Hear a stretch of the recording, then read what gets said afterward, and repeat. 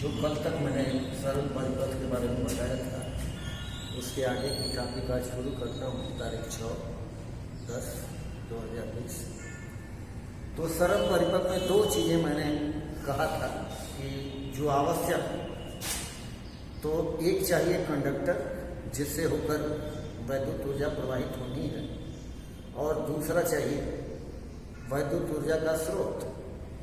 वैद्युत ऊर्जा का स्रोत यानी सेल।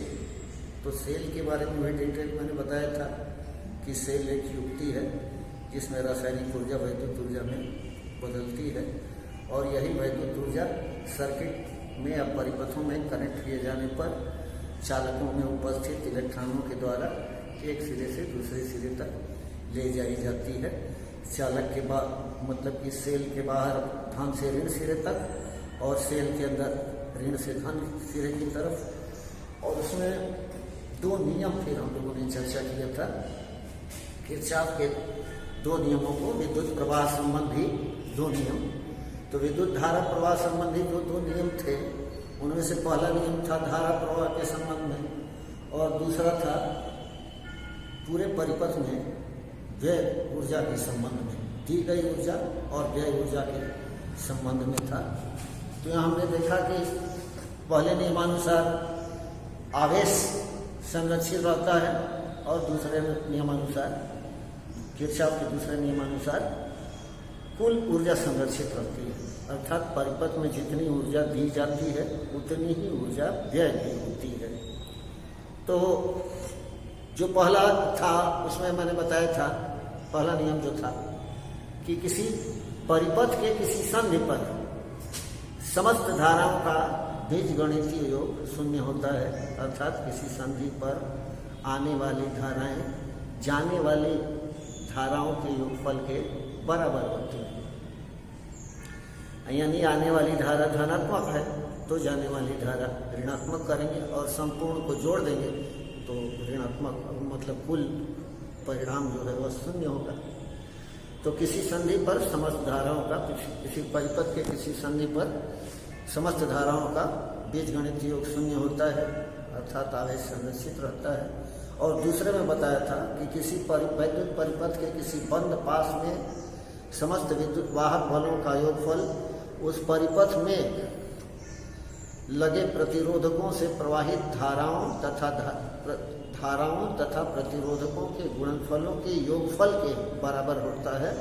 अर्थात कुल बाह्य विभवांतर बराबर टर्मिनल विभवांतर, यानी कुल बाह्य ऊर्जा या सेल का विद्युत वाहक बल टर्मिनल विभवांतर के बराबर होता है, जबकि सेल का आंतरिक प्रतिरोध शून्य, अर्थात E बराबर V होता है। इसी को लिख रहे थे कि E बराबर W1 + W2 + W2 W3।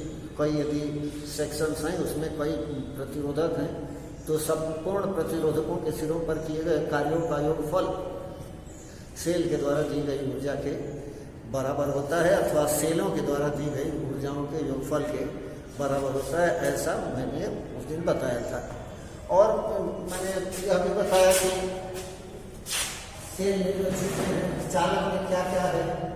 तो चालक में हम लोगों ने बताया था कि प्रतिरोधक भी है और चालन का भी कार्य होता है। तो ये कंडक्शन के लिए इलेक्ट्रॉन है, यानी वैद्युत ऊर्जा के वाहक है, और आर किसके कारण है, तो धनायनों के कारण है। यानी धनायन जो है इलेक्ट्रॉनों के प्रवाह के मार्ग में बाधा उत्पन्न करते हैं, और उन्हीं धनायन के द्वारा इलेक्ट्रॉनों के प्रवाह के मार्ग में दी गई बाधा को चालक का प्रतिरोध कहते हैं। तो जब भी कनेक्ट करेंगे तो परिपथ में धनायन और ऋणायन बनेंगे। धनायन और इलेक्ट्रॉन स्वाभाविक है, इलेक्ट्रॉन हल्के होंगे तो एक सिरे से दूसरे सिरे की तरफ जा सकेंगे, धनायन शिफ्ट नहीं होंगे। तब यदि शिफ्ट होने लगेंगे तो वोल्टेज स्टेट में हो जाएगी। तो हम जानते हैं कि चालक की धारा कब तक प्रवाहित होती है, तो उनके नियमानुसार टेम्परेचर को मेंटेन रखना है तक, जिससे उसके दरमियान पहुंच जाए तापमान। तो धनायन और इलेक्ट्रॉन और सेल की बात कर रहे थे, और ऐसे जोड़ लेते थे तो परिपथ बन जाता था या सिंपल सर्किट थी। तो सर्किट क्लोज है। क्लोज है कहने का मतलब बंद परिपथ है। बंद परिपथ है मतलब धारा प्रवाहित हो रही है। यदि इसमें कुछ और लगा दिया जाए, कुंजी लगा दी जाए, कुंजी की सहायता से धारा प्रवाहित हो सकती है। इसमें और भी चीजें लगाई जा सकती हैं, मीटर लगा सकते हैं, वोल्टमीटर लगा सकते हैं। तो वोल्टमीटर जो है हमेशा चालक के सिरों के समानांतर लगाते हैं और अमीटर चालक में जो है धारा प्रवाहित हो रही है उसे मेजरमेंट करने के लिए लगाते हैं, इसीलिए इसे श्रेणी में लगाते हैं। प्रतिरोधों के संयोजन के संबंध में हम लोग जान चुके हैं। अब सेलों के बारे में जरा जानिए कि सेलों के द्वारा क्या होना है। तो सेलों का संयोजन के बारे में जरा सा देख लिया जाए। जैसे सेलों का संयोजन, तो सेलों के संयोजन के द्वारा हम क्या जान लेंगे।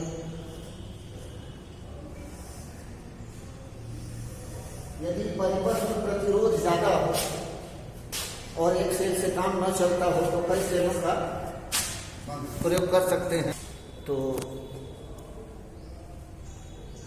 फिर आगे सेलों के संयोजन के बारे में हमें बता रहा था कि यदि एक सेल से काम नहीं चल पा रहा है तो कई सेलों को जोड़ने की आवश्यकता है।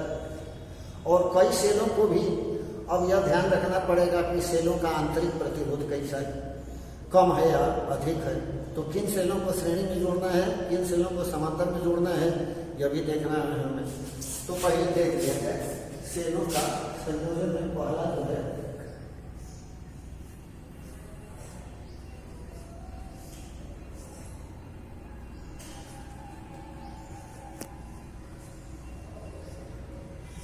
श्रेणी क्रम।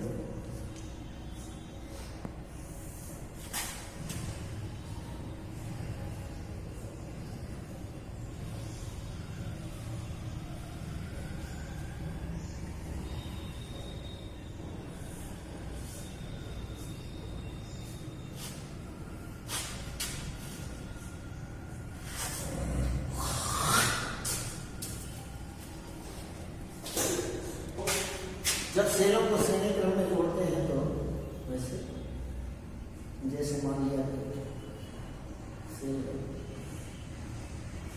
एक सेल है, इसको ऐसे अंदर रखेंगे।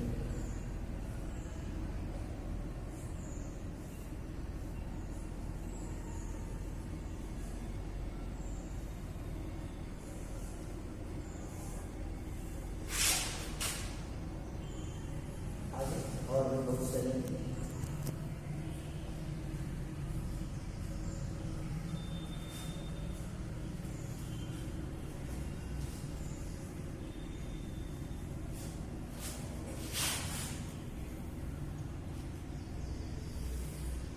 और बाह्य प्रतिरोध में धारा प्रवाहित करनी है।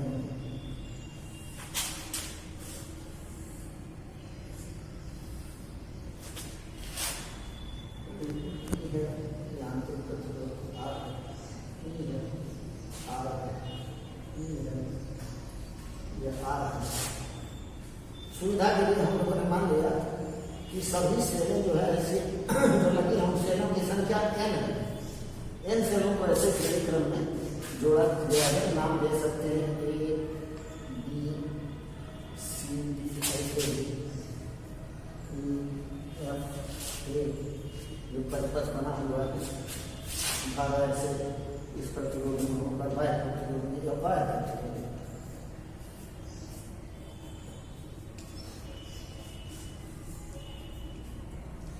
तो हमारा उद्देश्य क्या है कि सेलों को यदि जोड़ें तो परिपथ में अधिक से अधिक धारा प्राप्त कर सकें, क्योंकि अधिक सेलों को जोड़ने का औचित्य यही है कि ज्यादा से ज्यादा धारा उससे ली जा सके। तो सभी जो सेल लगी है उनका कुल विद्युत वाहक बल, कुल विद्युत वाहक बल अब श्रेणी में m से ले हैं तो m इंटू इक्वल कुल आंतरिक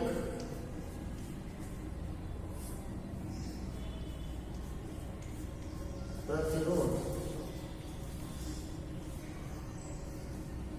एन आर, चूंकि N R1 R plus R plus R plus R N बार है, एन आर हो गया। वाई प्रतिरोध कैपिटल आर, तो कुल प्रतिरोध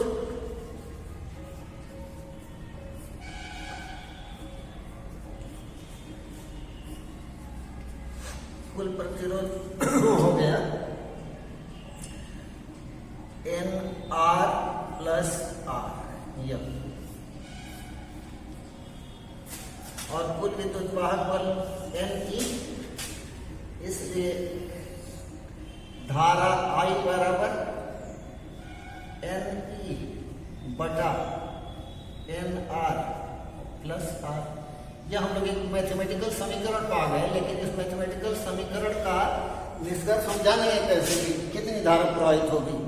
तो हम पहले अप्रोक्सीमेशन करते हैं। पहली अप्रोक्सीमेशन फर्स्ट, कि यदि कुल आंतरिक प्रतिरोध N R greater than, much greater than R हो, यानी बाह्य प्रतिरोध से बहुत अधिक हो, तो समीकरण हमारा रेडियस हो जाएगा I बराबर एन ई बटा एन आर, ऐसे, क्योंकि आर तो नेग्लिजिबल हो जाएगा तो ये कट जाएगा, ई बटा आर हो गया। इसका मतलब यह हुआ कि एक सेल से जितनी धारा प्राप्त होगी उतनी ही धारा एन सेलों को जोड़ने से भी प्राप्त होगी, तो कोई फायदा नहीं है। यानी जिन सेलों का आंतरिक प्रतिरोध अधिक है उन सेलों को यदि श्रेणी क्रम में जोड़ेंगे तो एक सेल से जितनी धारा प्राप्त होगी उतनी ही धारा एन सेलों से भी प्राप्त होगी, तो इसका कोई मतलब नहीं है जोड़ने का। इसीलिए ऐसा कर लें, N R much less than R, ऐसे हो कि आंतरिक प्रतिरोध कम वाली सेलें हैं उनको जोड़ा गया है श्रेणी क्रम में, तो निष्कर्ष क्या होगा, एन ई बाई आर, ऐसे। यानी ई बाई आर एक सेल से प्राप्त धारा हो गई तो एन गुनी धारा प्राप्त हो जाएगी एन सेलों को श्रेणी क्रम में जोड़ने से। यानी जिन सेलों का आंतरिक प्रतिरोध कम है उन्हें श्रेणी क्रम में जोड़ना फायदेमंद होगा। तो इसे हम ऐसे लिखे रखेंगे कि कम प्रतिरोध वाली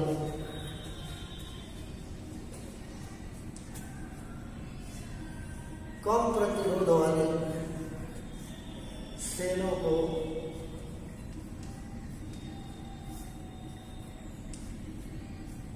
श्रेणी क्रम में जोड़ते हैं। क्यों जोड़ते हैं? क्योंकि एक सेल से जितनी धारा प्राप्त होगी उसकी एन गुनी धारा एन सेलों को श्रेणी क्रम में, जैसे अब 1 एम्पियर की धारा प्रवाहित हो रही हो एक सेल के कारण, अब 2 सेल जोड़ेंगे तो स्वाभाविक है उसकी दुगनी धारा हो जाएगी। श्रेणी क्रम में जोड़ा जाता है। कम आंतरिक प्रतिरोध वाली सेलों को श्रेणी क्रम में जोड़ा जाता है। अधिक वाले को श्रेणी क्रम में नहीं जोड़ते क्योंकि उनके द्वारा तो जितनी धारा एक सेल से प्राप्त होगी उतनी ही धारा एन सेलों से भी प्राप्त होगी, तो उसका कोई औचित्य नहीं था। तो हम एक चीज ध्यान रखे रहेंगे कि कम आंतरिक प्रतिरोध, कम आंतरिक प्रतिरोध वाले सेलों को श्रेणी क्रम में जोड़ा जाता है। दूसरा आप देखें समांतर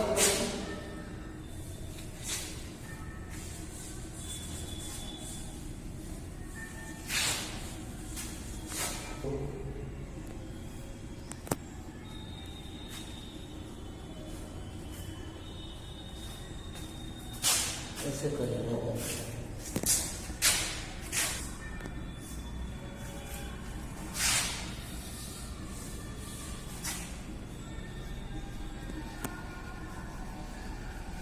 पैरेलल, तो पैरेलल में जोड़ने के लिए क्या करना है?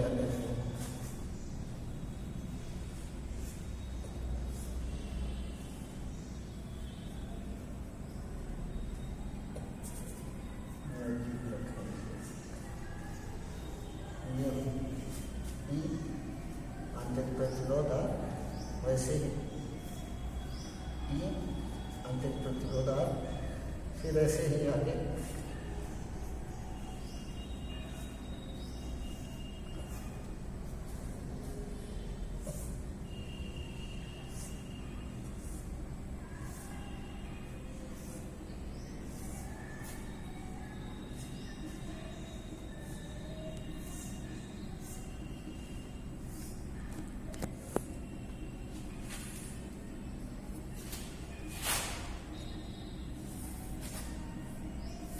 बाहर जिसमें धारा प्रवाहित होनी है वो बाह्य प्रतिरोध कैपिटल आर है, नाम दे सकते हैं ए बी सी डी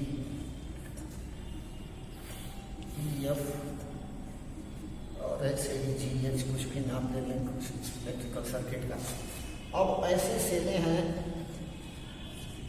बीच बीच में, यहाँ भी ऐसे करके एन सेलें जुड़ी नहीं है समांतर क्रम में, तो बिंदु तो दो ही है, तो विद्युत वाहक पर कुल विद्युत वाहक बल बराबर कैपिटल ई आंतरिक प्रतिरोध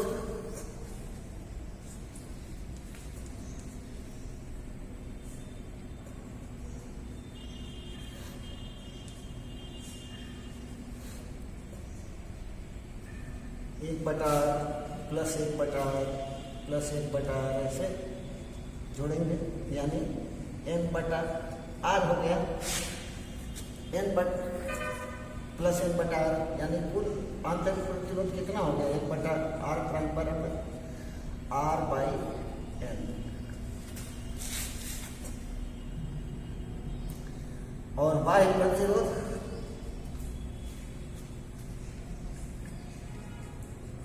ये तो कैपिटल आर है, तो कुल प्रतिरोध बराबर R by N plus capital R, ये लिखेंगे। तो धारा आई बराबर आर ई बटा कुल प्रतिरोध हो गया R by N plus R, ऐसे। अब यदि आर बाई एन आंतरिक प्रतिरोध है अधिक है, यदि R by N much greater than R, तो अब आर नेग्लिजिबल हो जाएगा, आई बराबर बचा क्या ई बटा आर बटा एन, यानी एन ई बाई आर। तो एक सेल से जितनी धारा प्राप्त होगी उसकी एन गुनी धारा एन सेलों को समांतर क्रम में जोड़ने से प्राप्त होगी। यदि आंतरिक प्रतिरोध अधिक है, आंतरिक प्रतिरोध अधिक होगा तो उनको समांतर क्रम में जोड़ने से फायदा होगा। यहाँ जैसे हम देख रहे हैं कि अधिक धारा प्राप्त होगी, एन गुनी धारा प्राप्त होगी एन सेलों को समांतर क्रम में जोड़ने से। लेकिन यदि R by N much less than R, यानी आंतरिक प्रतिरोध कम है, तो आई बराबर ई बाई आर, यानी एक सेल से जितनी धारा प्राप्त होगी उतनी ही धारा एन सेलों को भी जोड़ने से प्राप्त होगी। तो इसे क्रॉस कर देंगे, मतलब इसकी जरूरत नहीं है। यानी कम आंतरिक प्रतिरोध वाली सेलों को श्रेणी क्रम में और अधिक आंतरिक प्रतिरोध वाली सेलों को समांतर क्रम में जोड़ते हैं। तो हम दूसरा निष्कर्ष यहाँ लिख लेंगे, अधिक आंतरिक प्रतिरोध वाली सेलों को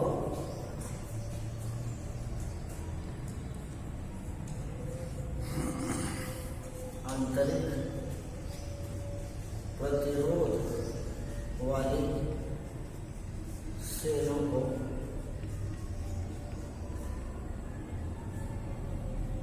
अधिक आंतरिक प्रतिरोध वाली सेलों को समांतर क्रम में जोड़ा जाता है। तो ये दो लाइन ध्यान रखे रहेंगे बस। क्यों जोड़ा जाता है बताएं, क्योंकि एन सेलों से जितनी धारा प्राप्त होगी, एक सेल से जितनी धारा प्राप्त होगी उसकी एन गुनी धारा प्राप्त होगी, दोनों ही स्थिति जोड़ा जाता है। तो कम आंतरिक प्रतिरोध वाली सेलों को